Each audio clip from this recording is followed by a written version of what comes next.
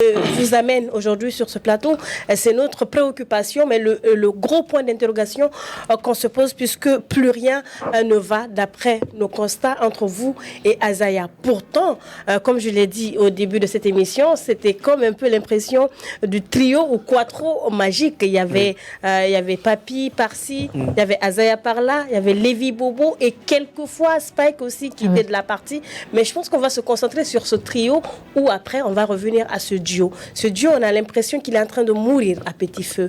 Qu'est-ce qui ne va pas? C'est la question qu'on se pose. Mais retenez un truc, si nous on vous pose la question, c'est que d'autres personnes se posent cette même question. Oui. Donc eux, ils ne sont pas mieux placés peut-être pour aller directement vers vous. Mais nous aussi. On porte leur voix. Qu'est-ce qui ne va pas, DJ Papi? Bon, le déballage. Ça n'a pas été facile. Hier et aujourd'hui, Fondo, vous avez vu, non? Mais c'est la vie. Moi, je me dis que c'est la vie. Et quand le succès aussi est là, on ne peut rien. Comment vous avez rencontré Azaya?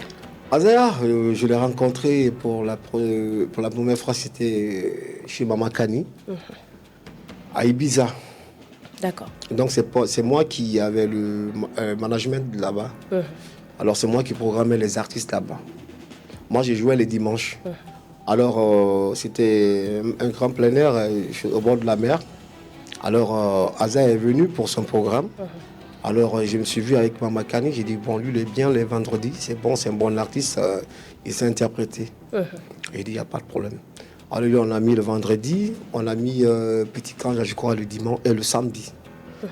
Vous voyez, bon moi je jouais les dimanches. Alors c'est moi qui programmais les gens. Donc à ce moment, Azaya quand il vient, bon, il retenait le public, j'ai dit ah c'est bien. Est-ce qu'on peut un peu mettre ça dans un temps par exemple? Est-ce que c'était vers quelle année? Oui, quelle année? C'était en 2000, fin 2013, non 14. D'accord.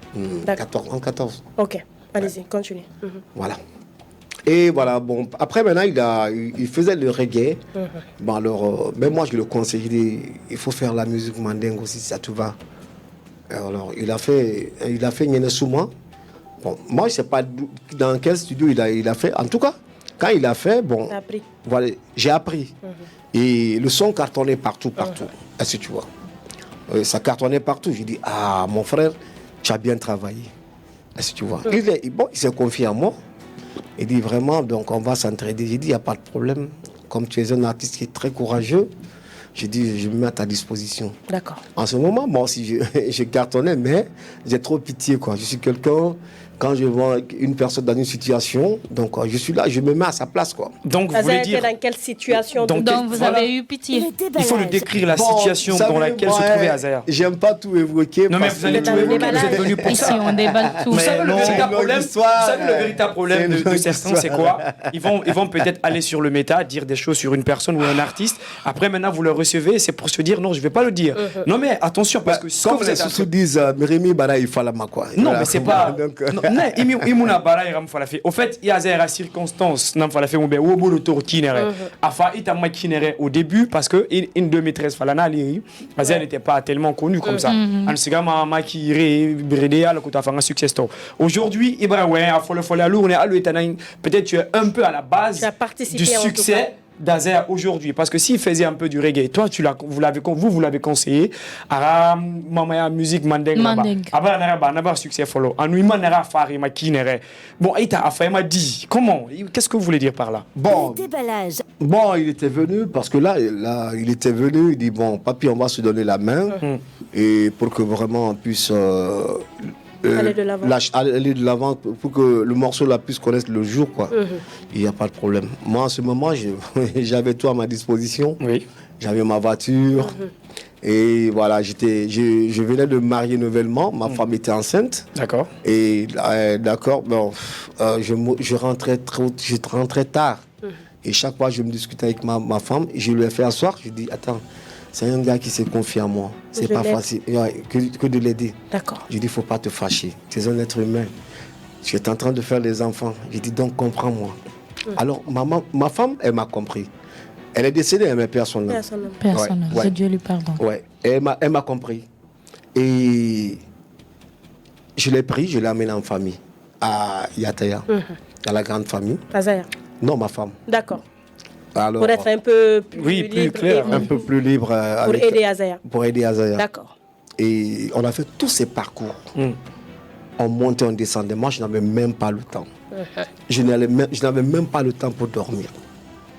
Quand vous dites que vous avez fait tout le parcours, c'est-à-dire la promotion du son, vous avez fait tout le parcours comment? On a fait la promotion du son ensemble. Quand il est invité ici, c'est moi, on est ensemble. D'accord. Quand il est là, on est ensemble partout.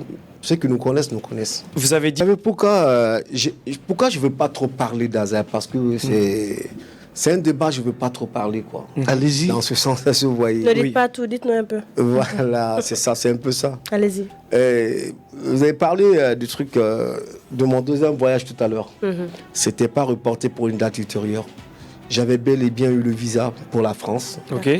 En 2015. En 2015. En 2015. Bon, c'était la sortie de Azaya. Alors je ne pouvais pas le laisser comme ça et partir. Wow. Vous voulez dire que vous avez mis vos intérêts en arrêt au profil de Azaya? Oui, mais exactement. Pourquoi? Oui, mais parce que là, il était là, bon, il était besoin là, de soutien. Et son espoir, c'était moi. Ok. En ce moment? En ce moment, son espoir, c'était moi. D'accord. Et quand on est parti à l'ambassade des États-Unis pour récupérer son visa, il n'a pas eu son visa. Okay. Et le soir, moi, on est parti ensemble à l'ambassade de la France. Moi, j'ai eu mon visa, j'ai obtenu mon visa. Il était garé vers la fonction publique. Moi, j'avais garé là-bas. Je venais, je lui ai montré le visa. Il dit, mon frère, c'est une question de chance, ça va aller. Le succès nous attend. C'est voyez. Bon, on a fait un concert au Boulevard Select. Et ce jour, on était ensemble. Après, mon KPC était en haut. Bill de Sam travaille en ce moment, le ministre Bill de Sam travaille en ce moment à Guico Press. Alors, quand on a fait le concert, j'ai dit, Azaya, allons voir KPC. Je vais lui montrer mon billet et mon visa. J'ai pas de billet. Okay. Alors, on est monté en haut. Et on a vu le boss. Et le boss nous a confié à Bill de Sam. Et Bill de Sam, le boss m'a offert 1000 euros. D'accord, à l'époque. Ouais, à l'époque. Alors moi, je voulais voyager, je devrais voyager. Mais en ce moment encore, j'avais beaucoup de difficultés parce qu'avec Azaya était là. J'ai dit, attends, je vais finir le projet d'Azaya. Et ma femme venait d'accoucher encore. Est-ce que tu vois? Donc, je ne pouvais pas quitter maintenant. J'ai dit, attends, je vais annuler. Je suis allé à l'ambassade. J'ai placé d'autres arguments. J'ai dit, je ne peux pas aller. Donc, le consul a dit, il n'y a pas de problème. Quand tu seras prêt pour voyager, tu viens, il n'y a pas de problème. Comme tu as été honnête, quoi. D'accord. Et c'est comme ça s'est passé. Mais est-ce que vous avez des témoins? Parce que ce que vous êtes en train de dire comme ça, c'est très important et c'est essentiel. Aujourd'hui, on ne peut pas se permettre de laisser couler des simples accusations. C'est vrai, elle peut être réelle ou bien de simples propos que vous êtes en train de porter à l'endroit d'une personne dans ce studio et que vous n'avez pas un témoin ou bien des personnes oculaires qui ont été au centre, présentes autour de tout ce que vous êtes en train de dire aujourd'hui, tout ce que vous êtes en train d'évoquer. Est-ce qu'il y a eu des gens qui sont réellement au courant de ça et qu'ils peuvent le témoigner? DJ Papi a fait ça, a sacrifié ça pour Azaya. Mon frère, c'est la Guinée qui va parler de ça parce que la Guinée est grande. C'est tout le monde qui m'a vu avec Azaya. Hein? C'est tout le monde, même KDK m'a vu avec Azaya. Je vous ai dit d'arrêter. D'accord. Allez-y. Ça, c'est tout le monde, ça. Il n'y a pas de témoin. Reproche d'Azaya. Il devrait faire ça à tout le monde, sauf à DJ Papi. Il devrait faire quoi à tout le monde? Et refuser de se mettre aussi à ma disposition. Le boulot qu'on a fait ensemble, négliger ça. Hein? Ouais. Il devrait faire ça à tout le monde, mais sauf à moi. Pourquoi? Parce que c'était au moment des confinements et on a travaillé ensemble chez lui au studio. D'accord. On a fait plus de 10 jours de travail. Alors, je lui ai dit, comment on va faire? Il dit non. À chaque fois, il me dit, impatient. Il dit, mon ami, une année est passée. Je dis, mais mon frère, jusqu'à présent, le single là, ça a duré. Le single appartient à qui? Qui a appelé qui sur la collaboration? Bon, on s'est décidé comme ça. À deux. Ça appartenait à qui? Forcément, le single doit appartenir à un artiste. C'est à moi, ça appartient. D'accord. C'est à moi. Ok. Parce qu'il m'avait offert, il me dit, je te donne un single. D'accord. Est-ce que je me fais comprendre? Alors maintenant, je l'ai appelé. Je l'appelle, il ne décroche même pas. Je peux l'appeler 10 000 fois. Il ne décroche même pas. Ce n'est pas son problème. Je lui envoie un message, il me décroche. On se rencontre quelque part, on discute, on en parle. Il me dit, il me met dans un programme. Après, il disparaît. Est-ce que je me fais comprendre?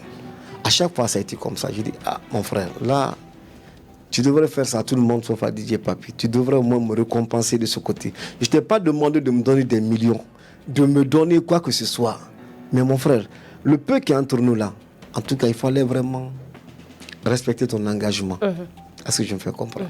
Il m'a donné le truc, il m'a donné le single, la musique non mixée, non arrangée. Non masterisé. Non masterisé, rien du tout. Juste la prise de voix. Juste la prise de voix, les programmations. Il dit, bon, on va écouter ça. En attendant, tu fais les TikTok, tu fais des trucs avec les gens. Ça, il l'a fait quand? À quel moment? Il a fait... Ça, c'était toujours pendant le confinement ou après? C'était toujours pendant le confinement. Le confinement, si je me rappelle bien, c'est en 2020. 2020. Voilà. Et nous sommes en 2023. C'était en 2021. D'accord. C'était dans le confinement. Voilà. Parce que je crois qu'on a fait une année ou même plus. Hein. Une année et quelques. En tout cas, c'était dans le confinement qu'on a travaillé. D'accord. Est-ce que vous voyez? Alors, il m'a donné comme ça. J'ai dit, mon frère, les gens sont fatigués de faire TikTok, des trucs comme ça. Il dit vraiment, j'ai dit, fais l'arrangement maintenant. Au moins, toi, si tu vas faire un cadeau pour DJ Papi, dire que vraiment, pour que moi, je sois satisfait. Mais le morceau, c'est très bien tapé. En zaïrois, bien fait. Ok. Vous voyez.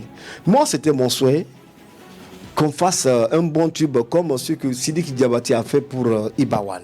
Est-ce que je me fais comprendre? Moi, c'était ça, ma philosophie. Mais le gars, il ne s'est pas intéressé à moi.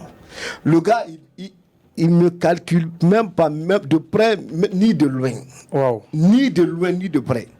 Donc, si je pense à tout ce que j'ai traversé avec lui, et que vraiment je me retrouve dans ces situations qu'il me récompense de cette manière, ça me touche énormément. Alors, cette méfiance de Azaya à votre égard, dans quel contexte on peut mettre ça? Ça s'est passé quand? Tout ça s'est passé après le confinement, parce que si vous nous dites qu'il vous a promis un son, vous avez enregistré, on suppose que jusqu'à cette période, tout allait bien. Oui. D'accord? Tout allait bien. Donc, est-ce que c'est après qu'il vous ait remis ce son que tout n'a plus marché comme avant? Tout n'a plus marché. Le déballage. Moi, cela n'empêche. Excusez, Moustapha. Excuse-moi. D'accord. Je pense que jusque-là, c'est moi qui ai la parole. Est-ce qu'on peut dire que après ça, parce que le confinement, ça fait quand même 3 ans, vous n'allez pas dire que vous avez fait 3 ans, vous n'avez pas vu Azaya, vous n'allez pas dire que ça fait 3 ans, vous n'avez pas marché avec Azaya. Vous voyez. Je vous expliquais tout à l'heure. Mais il a expliqué tout à l'heure, Kadeka. Il se voit et après, le don des histoires. On se voyait, on se discute. Je lui parle du single. Je dis, mon frère, on a fait un bon boulot. Pourquoi ne pas sortir ensemble? Pourquoi ne pas mettre en valeur ce boulot? Mon frère, tu peux me faire ça. Je l'attrape des fois, on s'arrête, on discute. Il me dit, impatient. Je dis, mon frère, ce n'est pas une question d'impatient. Le temps file. D'accord. Chaque jour, il y a la nouvelle génération. Chaque jour, il y a d'autres... La concurrence est là. Je dis, mon frère, c'est le bon moment de mettre les choses à la base, en place, des trucs comme ça. Je vais parler de ça maintes fois. Ok, merci bien. Je vais rebondir sur un truc très important. Quelqu'un avec qui tu as passé du temps ensemble, tu t'es mise à la disposition de la personne, à son service jour et nuit, et sacrifier plein de choses pour lui, et tu te vois récompensé comme ça fait mal. C'est vrai. Ouais. Ça fait très mal. Mon frère. Mais à votre avis, est-ce que vous n'avez pas eu des différends avec lui de côté pour qu'il puisse avoir des réserves envers vous? C'est à moi de demander à Azaya. Parce que moi, Azaya, je n'ai pas de haine contre lui. Jusqu'à nos jours. Et tout ce qu'il fait aujourd'hui, moi, Papi, je le joue parce que je suis un DJ. Même son tout dernier, je le joue. Mais lui, depuis qu'il a eu... des nouveaux amis, des nouvelles relations. Le succès est venu Le succès est venu, depuis qu'il s'est vu entre les vols, depuis qu'il s'est vu... plébiscité un peu partout. Voilà, tout le monde l'applaudit, c'est fini. Mais le succès a ses amis, c'est la vie. Vous pensez qu'il vous sous-estime maintenant? Ouais. Mais moi, c'était une fierté pour moi qu'il soit... Mais la question, Kadek, n'a pas été répondue. Est-ce que vous ne pensez pas, s'il n'y a pas eu de réserve, et peut-être vous avez eu, involontairement, vous n'avez pas eu à faire quelque chose que vous n'avez pas pris en compte? Non, ça arrive. Tu peux être avec quelqu'un, tu le blesses sans que tu te rends compte et que la personne garde des réserves envers toi. Je n'ai jamais blessé Azaya. Est-ce que vous l'avez eu à l'interpeller pour lui dire, mon frère, pourquoi je l'ai même demandé, j'ai dit, attends mon frère, avec tout ce que tu me fais là, qu'est-ce que moi je t'ai fait? D'accord. Il me dit, mais tu m'as rien fait, mais le moment n'est pas venu d'abord. J'ai dit, mais le moment n'est pas venu. Pendant 2 ans, mon frère, tu es en train de me traîner dans la boue comme ça. D'accord. J'ai dit, mais pourquoi tu me fais ça? Vous savez, c'est